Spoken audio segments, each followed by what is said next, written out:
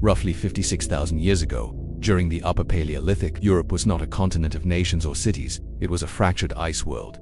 The last glacial period was nearing its peak. Much of the northern landscape lay buried beneath ice sheets, nearly 2 miles thick, and Doggerland still connected Britain to the continent. Further south, glaciers gave way to windswept steppe tundra, barren, treeless expanses where fierce winds often exceeded 60 kilometers per hour, and summers rarely rose above freezing. Average winter temperatures plummeted below -20 degrees Celsius, and snow was the dominant form of precipitation. Across vast stretches of Europe, trees were rare. The dominant colors of the landscape were white, gray, and brown, the palette of survival. The megafauna of this icy world had evolved to match it. Woolly mammoths, reindeer, cave lions, and steppe bison roamed the cold expanses, their bodies covered in thick hides and powerful muscles built to resist hunger and cold. Humans, too, adapted. Neanderthals had called Europe home for over 300,000 years. They were masters of survival in cold climates, compact, strong, and deeply attuned to the land. They hunted in coordinated groups, sheltered in caves, and knew the terrain intimately. But now, the ice held a second kind of human strangers from elsewhere. Around 56,800 years ago, they appeared in southern France and soon spread across the continent. Their presence marked a turning point. New tools, new settlement patterns, and subtly different skeletal remains entered the archaeological record. These were European, early modern humans, Cro-Magnons, named after the rock shelter in France where their remains were first found in 1868. At first glance, Cro-Magnons looked like us. Early scientists were perplexed by their resemblance to modern humans. Yet within their anatomy and in the icy world they occupied, something was unmistakably different. They were not native to Europe, they had arrived from elsewhere. Their arrival posed a silent question in a land already dominated by Neanderthals. What happens when two apex predators share the same hunting ground? The answer would unfold slowly. Cro-Magnons, dating from 43,000 to 56,800 years ago, were unlike any other early Homo sapiens. Their tools and art set them apart, but so did their physical form. These were not frail survivors. They were built for the Ice Age. Males regularly stood over 1.75 meters 5'9" tall, with some reaching 1.88 to 1.91 meters 6'2 to 6'3". They towered over Neanderthals, whose average height was closer to 1.65 meters 5'5". Even Cro-Magnon women were tall by ancient standards, averaging 1.63 meters 5'4". But it wasn't just height that set them apart, it was their strength. Their long bones were thick, broad, and heavy, designed for extreme physical stress. Their clavicles or collarbones were particularly notable, some measuring over 19 centimeters to 25% longer than average today. This gave them powerful upper body mechanics, perfect for close combat, spear thrusting, and repetitive heavy labor. Their femurs and humeri indicate unmatched endurance and force. Researchers estimate that Cro-Magnon males of similar height to modern humans carried 20% more lean muscle mass. They weren't just strong, they were biologically optimized for survival. Cold stressed the body. Food was hard. Injuries were constant, and yet they endured. Fossils show healed fractures, signs of infection, and long-term trauma. These were resilient humans who kept going despite brutal injuries. Life expectancy may have been short, often under 40 years, but the fossil evidence speaks of people who survived everything the Ice Age threw at them. But strength alone wasn't enough. Cro-Magnons brought with them advanced tools and tactics. Their cultural complex, the Oriniation 43,000 to 33,000 years ago, ushered in new hunting technology. They crafted retouched blades, chiseling tools, burins for carving bone and antler, and end scrapers for processing hides. These tools were regionally adapted and highly effective. Over time, their descendants would develop even more advanced toolsets. The Graveshna, Solutrean, and Magdalenian cultures, each more sophisticated than the last. Cro-Magnons were the ultimate Ice Age survivors, engineered by nature, refined by adversity, and propelled by intelligence. They were Homo sapiens at their physical peak. In the great frozen battlefields of prehistoric Europe, they did not just survive, they thrived. And in doing so, they slowly replaced the Neanderthals, becoming the dominant humans of Europe and ancestors to many of us today. What had been seen before in human history, evidence from sites like Aubry-Castanet, France, and Custine, Russia, confirms widespread use of spear throwers which leveraged the principle of angular momentum to launch projectiles at far greater speeds and distances than by hand. The earliest atlatls date to around 30,000 years ago, but biomechanical models suggest such weapons may have roots in even earlier Cro-Magnon communities. This gave them an advantage over Neanderthals, who appear to have relied predominantly on thrusting spears. In 2019, studies published in Scientific Reports used impact simulations to demonstrate that Neanderthal weaponry was effective only at close range, within 2 to 3 meters, which is kind of the dead zone when hunting any large game of that period. Cro-Magnon ranged weapons, by contrast, could reliably strike prey on enemies up to 20 meters away, changing the calculus of confrontation entirely. Injury patterns support this. Neanderthal remains show a high incidence of trauma to the upper body consistent with dangerous close-quarters hunting. Cro-Magnons, though, show a broader range of impact sites. Consistent with ambush hunting from a distance, their prey also reflects ambition. Isotopic analysis from bones. Isotopic analysis of bones from Cro-Magnon camps, especially in regions like Donji Vesternica, Czech Republic, indicates diets rich in large herbivores: horse, red deer, bison, and mammoth, with occasional consumption of rhinoceros and cave bear. Yes, you heard that right. They hunted bears. These weren't just random kills. In places like Pavlov and La Carte de Sand, kill sites show signs of strategic planning: mass drives into ravines, coordinated traps, and sequential butchering. Even more revealing, the use of composite tools. Residue analysis from sites like Goyet, Belgium, and Chibu Cave, South Africa, shows early signs of adhesive like plant resin mixed with orsa or beeswax, creating hafted spears with stone tips. Early versions of modular, replaceable weaponry. These aren't survival acts, they are engineering solutions in the hands of a Cro-Magnon. A hunting spear wasn't just a stick with a rock, it was a calibrated weapon.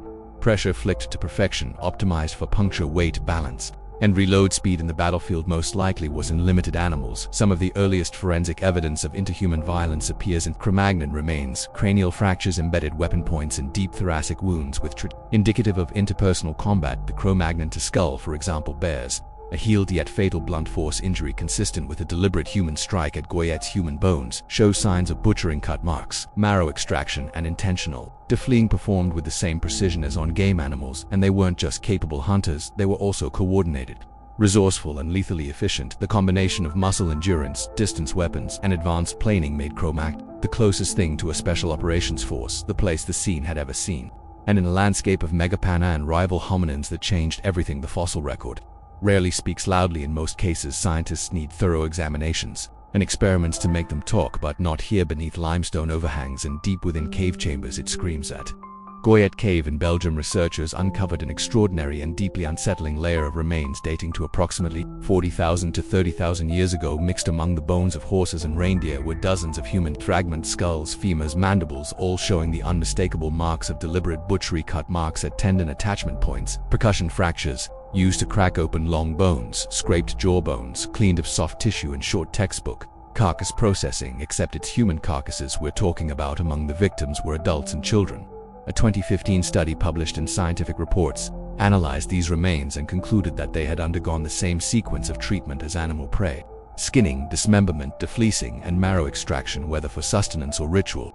The humans who left these remains behind had crossed the line, the ultimate taboo of modern societies, turning their tools not just on the wild but on their own kind, and they may not have stopped it themselves. In Lofres, France, and La Pradelle, researchers that found Neanderthal remains that bore strangely familiar marks: slicing grooves along the jaw, peeling of muscle from limb bones, crushed crania at Grot. Dunlithic tools and mammalian bone fragments lay side by side with broken Neanderthal remains, again showing signs of intentional cutting and processing. One Neanderthal rib in particular, analyzed at La Roche de Villeneuve, showed a clean puncture wound that had pierced the chest cavity, consistent with a stone-tipped projectile. Crucially, the angle and depth of penetration suggested a ranged strike, not a thrust, meaning it was probably killed from afar. Neanderthals, as to our knowledge, did not use ranged weapons. Only Cro-Magnons were capable of such a thing, at least according to investigations and sites discovered so far. A 2020 study in Nature, Ecology, and Evolution reinforced this interpretation, concluding that weapon delivery method can be reliably inferred from the wound morphology.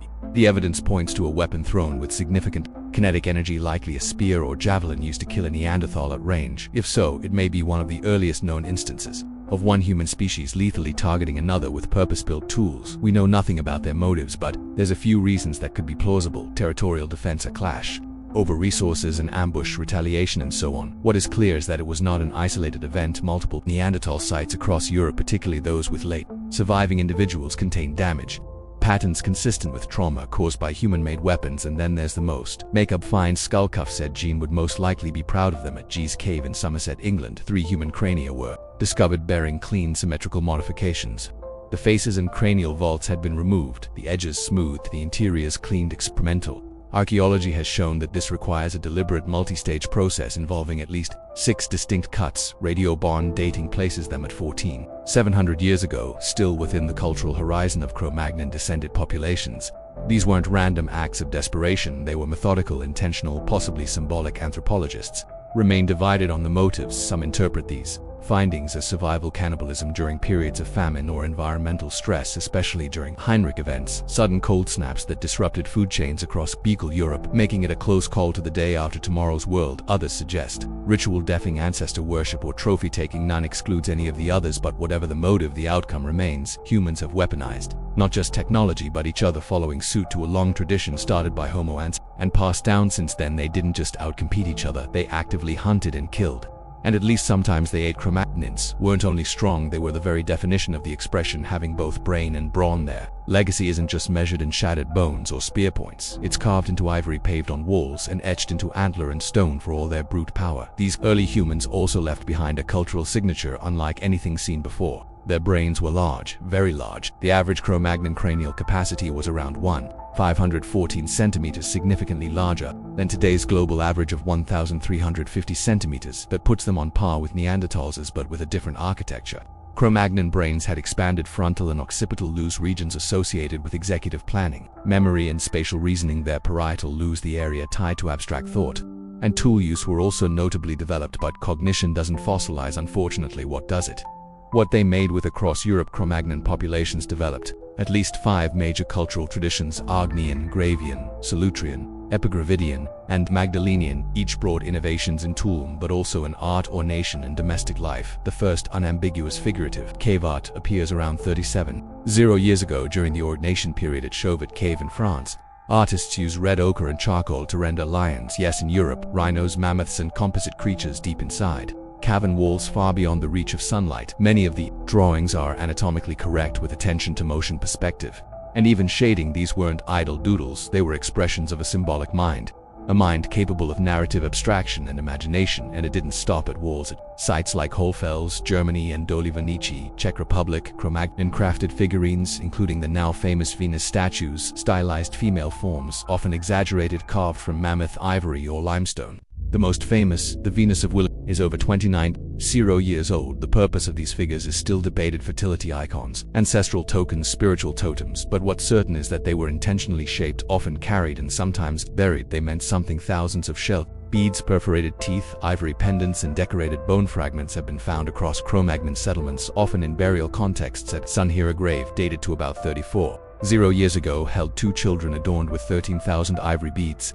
A painstaking task estimated to have taken hundreds of hours of labor. Such investment hints at social structure, status, inheritance, and community. Cro-Magnon also made music. The earliest known flutes discovered in Hohlfels and Gas and Cluster date back to over 40,000 years ago. Carved from bird bones and mammoth tusk, they produce pentatonic scales, a structure used in global music today. From a neurological standpoint, this is striking. Music rhythm and coordinated sound production engage multiple brain regions simultaneously: frontal, temporal, motor, and limbic.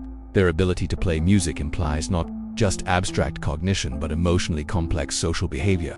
What all of this reveals is simple and yet profound. Cro-Magnons weren't just adapting to survive, they were adapting to express, especially the abstract. They could imagine animals that didn't exist. They could mark identity with symbols. They could bury their dead and decorate their homes. They had a concept of beauty, of memory, of belonging. In a world defined by frost and violence, they created color, sound, and meaning, and in doing so they left behind something no predator ever could: a story. But with all that being said and done, Cro-Magnon still went extinct, but they didn't vanish overnight. Instead, they faded, absorbed, reshaped, and diluted across time.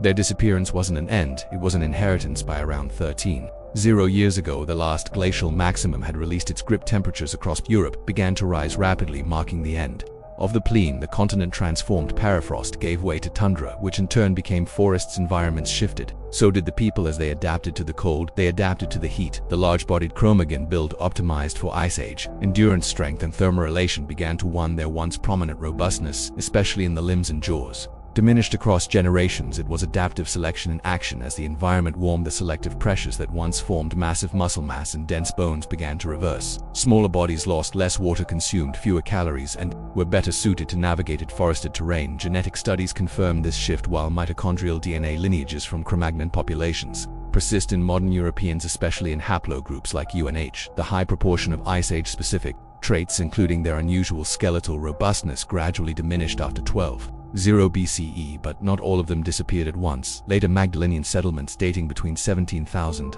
and 12,000 years ago show a rich continuation of Cro-Magnon cultural elements, advanced tools, elaborate carvings, and organized camps. These groups hunted reindeer, red deer, and ibex, moving seasonally and often maintaining complex trade routes across hundreds of kilometers. Their populations, however, remained relatively small, often in isolated bands of 20 to 40 individuals. By the time agriculture arrived in Europe around 80 years ago, these final Cro-Magnon descended hunter-gatherers had already been largely integrated into broader Homo sapiens lineages. Genetic studies, including those using ancient autosomal DNA, show that modern Europeans descend from a mosaic of Paleolithic foragers, Neolithic farmers, and later Bronze Age steppe migrants. The distant Cro-Magnon genome, once dominant across Ice Age Europe, now survives only in fragments, but their echo is unmistakable. Their tools, traditions, and genes flowed into successive populations. We see it in the burials of Mesolithic coastal foragers, in the bone flutes of early agriculturalists, in the skull shapes of certain tribal or early Neolithic remains. They became the substrate, the base layer on which later societies were built. Cro-Magnons didn't really go extinct. They were transformed by time,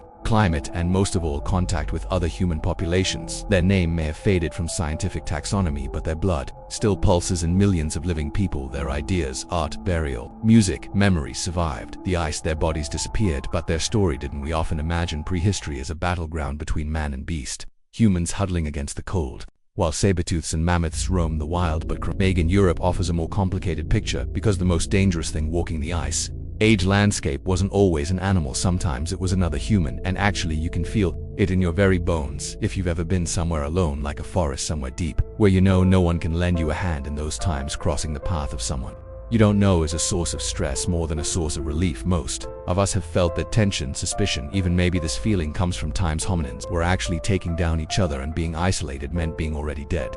The forensic record is blunt. At multiple Upper Paleolithic sites, human remains that show clear signs of interpersonal violence: skull fractures, stab wounds, crushed vertebrae, all inflicted by weapons designed for killing. One adult male found at the site of Le Bacard at France bore a deep puncture wound to the face, likely caused by a stone spear or flint blade at Goyet. 3 individuals were processed after death with a level of anatomical knowledge that matched what was done to but animals. Skin removed, muscles peeled back, marrow extracted. This wasn't isolated madness, it was patterned, practiced, and widespread.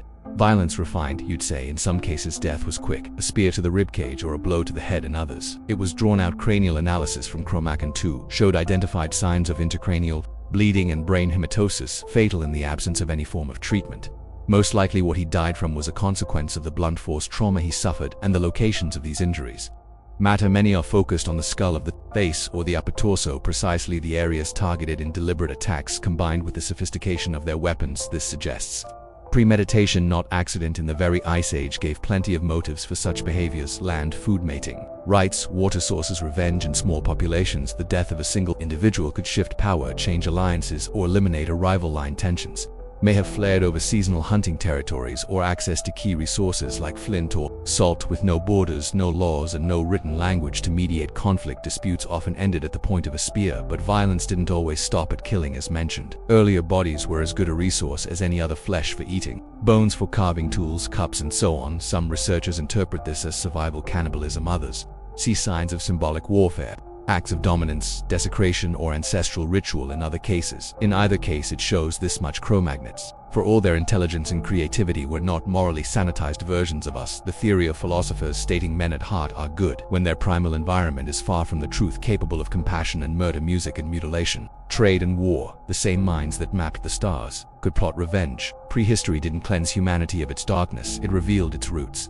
We didn't become violent with civilization. Civilization grew from creatures who already were in that frozen crucible long before cities and cages. Something familiar was born, not in art or speech or tools, but in the decision to kill and the choice to remember it. Their bones are buried, their names lost, but Cro-Magnons never fully disappeared. Genetically, they're still here. Modern Europeans carry fragments of their DNA tangled with that of Neanderthals as later farmers from Anatolia and Bronze Age migrants from the steppe. The early Europeans we now call Cro-Magnon were not a separate species, but the first wave of Homo sapiens to gain a foothold in Ice Age Europe, and that foothold held in sites like Kinki 14 in Russia and Gros de Bachon in Switzerland. Genetic sequencing has revealed direct ancestral lines connecting these Ice Age humans To modern populations, some lineages persisted for millennia, others vanished as later groups arrived and intermixed, but no major. European genome today is untouched by them. Their faces still linger. Cranial reconstructions of Cro-Magnon individuals show a strange familiarity. Broad foreheads, pronounced chins, large jaws, features we now describe as archaic, were once dominant over time with warmer climates and shifting diets. These traits softened, but some still echo in cheekbones, in brow lines, in jaw angles scattered across the continent. Their descendants built Neolithic camps, raised Neolithic settlements and later cities, and even as their skeletons changed parts of their cognitive architecture, endured the artistic traditions they initiated. The ochre pigments, bone flutes, abstract carvings resurfaced again and again, adapted to new gods, new symbols, new tools. The transition was gradual. The Magdalenian culture, active between 7,000 and 12,000 years ago, marks the final archaeological horizon where chromo traits are still distinct. After this point, distinctions blur. New groups moved in, climate shifted, forests grew, but before their lines thinned. Cro-Magnon populations that expanded rapidly. From a few thousand pioneers, their numbers grew until Ice Age Europe supported an estimated 70 individuals, a demographic leap that likely overwhelmed the remaining Neanderthal pockets, reshaped ecosystems, and laid the foundation for all later European history. They didn't leave monuments, they didn't leave writing. What they left was momentum. Each hunt, each hearth, each carved figure added weight to a cultural snowball that wouldn't stop rolling. When later humans mapped stars, raised cathedrals, or etched names into coins, they were using a symbolic toolkit first sharpened in mammoth bone huts under a glacial sky. Cro-Magnons didn't vanish. They became the substratum of Europe, its first voice, its first image makers, its first architects of story. Their traces run through us, not in myth, in blood. We call them Cro-Magnon, but that was never their name. They didn't think of themselves as ancient or transitional or part of some evolutionary arc. They were simply people living through winter, raising children, shaping stone, boiling marrow, burying their dead. No fanfare, no idea. They'd be studied 30 years later by strangers, with satellite maps and gene sequences, but without them, there is no us. They crossed ice sheets, hunted giants, and adapted to a world that could kill you for standing still. They made art before alphabets, scheduled migrations without clocks, and mapped terrain in their minds. They carried stories long before they had language for them, and in doing so they changed what it meant to be human, not with a revolution but with accumulation, tool by tool, step by step, thought by thought. They weren't the first to live, they weren't the last to die, but they were the ones who held on long enough for memory to take root and spread. So when you look in the mirror, you're not seeing a break in the chain, you're seeing its most recent link, because Cro-Magnons didn't disappear, they're still here. You're one of them. Asterisk, asterisk, asterisk, asterisk, asterisk. Thanks for watching.